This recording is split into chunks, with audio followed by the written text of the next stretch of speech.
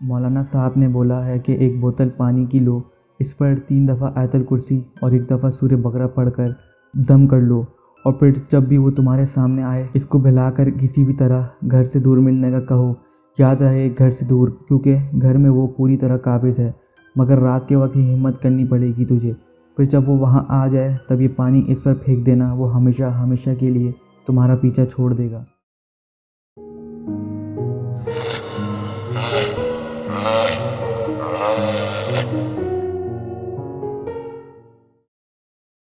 آپ اریبہ کو جانتے ہیں؟ پاکیزہ نے اسے ڈرتے ڈرتے سوال کیا۔ کون اریبہ؟ کیس نے لا تعلقی کا اظہار کیا، جس پر پاکیزہ کو یہ اندازہ ہو اس لڑکے کا ذکر اس سے کیا تھا وہ کیس نہیں ہے، جبکہ حقیقت اس کے برعکس تھی۔ دیکھیں، آپ میرا پیچھے چھوڑ دیں، میرے جیتے جی تو یہ ممکن نہیں، کیس نے اس کی آنکھوں میں جھانک کر کہا۔ میرے اور آپ کے راستے الگ ہیں، پر منزل تو ایک ہو سکتی ہے نا؟ کیسے؟ اگر تم چاہو۔ میں ہی تو نہیں چاہتی، میں تو چاہتا ہوں نا تمہیں، اور سدا یوں ہی چاہتا رہوں گا۔ فائدہ؟ عشق فائدہ یا نقصان دیکھ کر نہیں ہوتا، یہ تو بس ہو جاتا ہے۔ ٹھیک ہے، تم انکار کرتی رہو، اور میں جب تک حیات ہوں تمہارے اقرار کا منتظر ہوں۔ پاکیزہ اس کے آگے لاجواب ہو کر رہ گئی تھی، اس کو خوف بھی محسوس ہونے لگا تھا۔ تبھی وہ مزید کچھ بولے بنا تیزی سے وہاں سے بھاگ گئی۔ صبح جب پاکیزہ کی آنکھ کھلی تو 7 بج رہے تھے۔ اٹھ گئی بیٹا؟ چلو آ جاؤ، پھر ناشتہ بھی ہمارے ساتھ ہی کر لو۔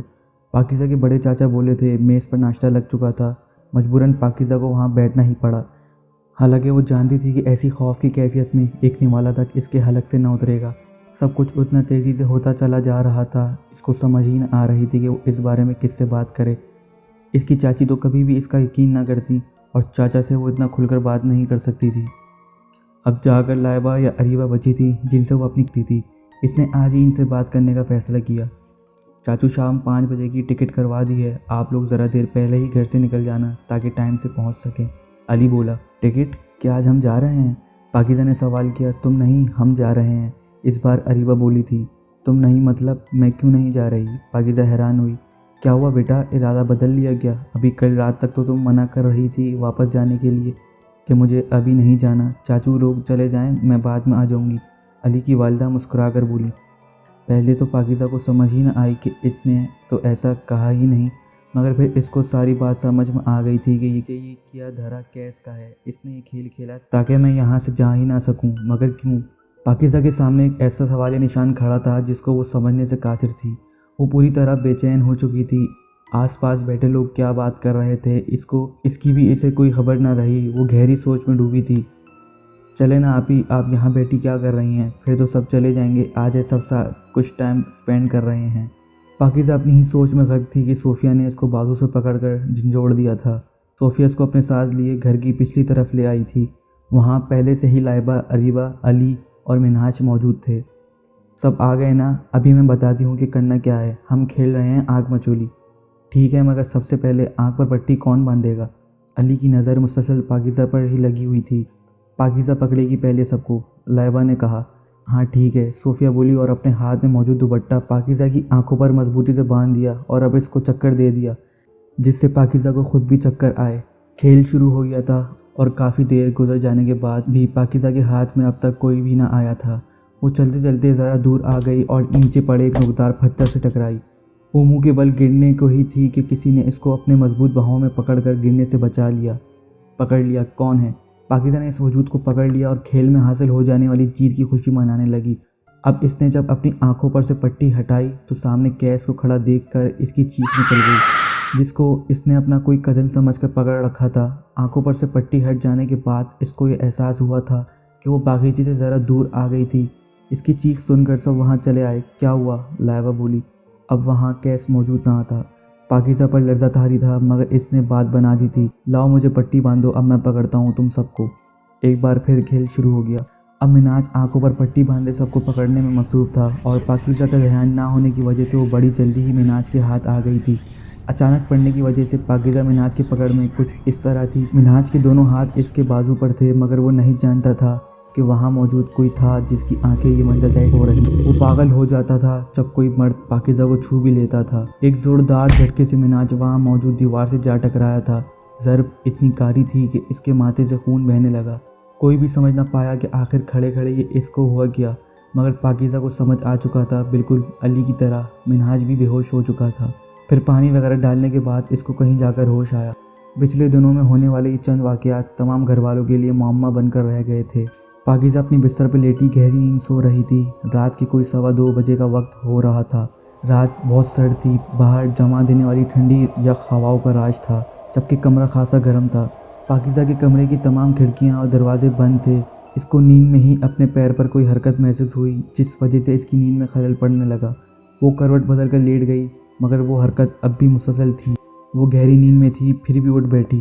کمرے کے سارے دروازے اور کھڑکیاں بند تھیں۔ وہ خوف کے مارے کانپ اٹھی۔ اس کا مطلب صاف تھا کہ کمرے کے اندر ہی کوئی ہے۔ پاکیزہ آیت الکرسی کا ورد کرتی لحاف کو منہ تک اوڑھے لیٹ گئی۔ زیادہ دیر نہ گزری تھی کہ اس کے پیروں پر ایک بار پھر سے کسی کا ہاتھ رینگنے لگا۔ وہ دوبارہ سے اٹھ بیٹھی تو پلنگ پر اپنے پیروں کی جانب کیس کو بیٹھا پایا۔ وہ گردن جھکائے بیٹھا پاکیزہ کے پیروں میں کچھ پہنانے میں مصروف تھا۔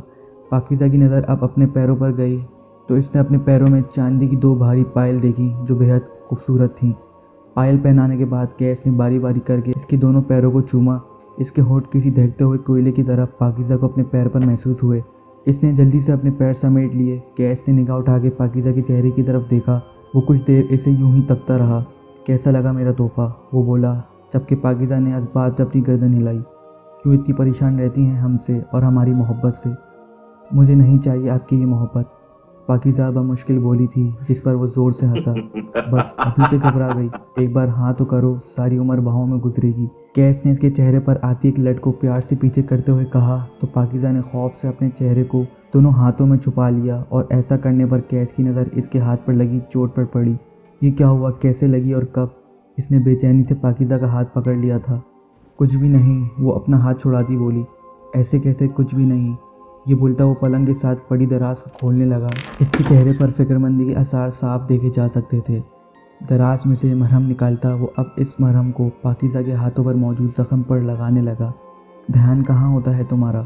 جب تک یہ ٹھیک نہیں ہو جاتا تم کوئی کام نہیں کرو گی، اور اگر تم نے کام کو ہاتھ بھی لگایا تو مجھ سے برا کوئی نہیں ہوگا۔ چلو اب سو جاؤ، میں جا رہا ہوں۔ پاکیزہ گہری سوچ میں ڈوبی ہوئی تھی۔ کیس اس کے حواسوں پر بری طرح سوار تھا کہ اس کے فون کی گھنٹی بجی۔ پاکیزہ نے فون دیکھا تو اس کی کالج کی دوست تبسم کا نمبر اسکرین پر جگمگا رہا تھا۔ اس نے فوراً کال اٹھا لی۔ ہیلو، کیسی ہو؟ ٹھیک نہیں ہوں۔ پاکیزہ کسی اپنے کو قریب محسوس کر کے رو پڑی۔ مطلب رو کیوں رہی ہو؟ کیا ہوا؟ تبسم فکر مند ہوئی تھی۔ بس اس کے پوچھنے کی دیر تھی کہ پاکیزہ نے اس کو سارا ماجرا سنایا۔ کیا بات اتنی بڑھ گئی اور تو اب مجھے بتا رہی ہے؟ یہ تو کوئی بہت گندی چیز پیچھے لگ گئی ہے تیرے۔ نہیں یار، وہ برا نہیں ہے، نقصان تو کبھی نہیں دیا، پر مجھے اس سے ڈر لگتا ہے، خوف محسوس ہوتا ہے جب وہ میری نظروں کے سامنے میرے قریب ہوتا ہے۔ اچھی نہیں ہوتی یہ چیزیں، بہت بری ہوتی ہیں، بلا ہے وہ، اور تجھے جلد سے جلد اس سے پیچھا چھڑانا ہوگا، مگر کیسے یہی تو سمجھ نہیں آتا۔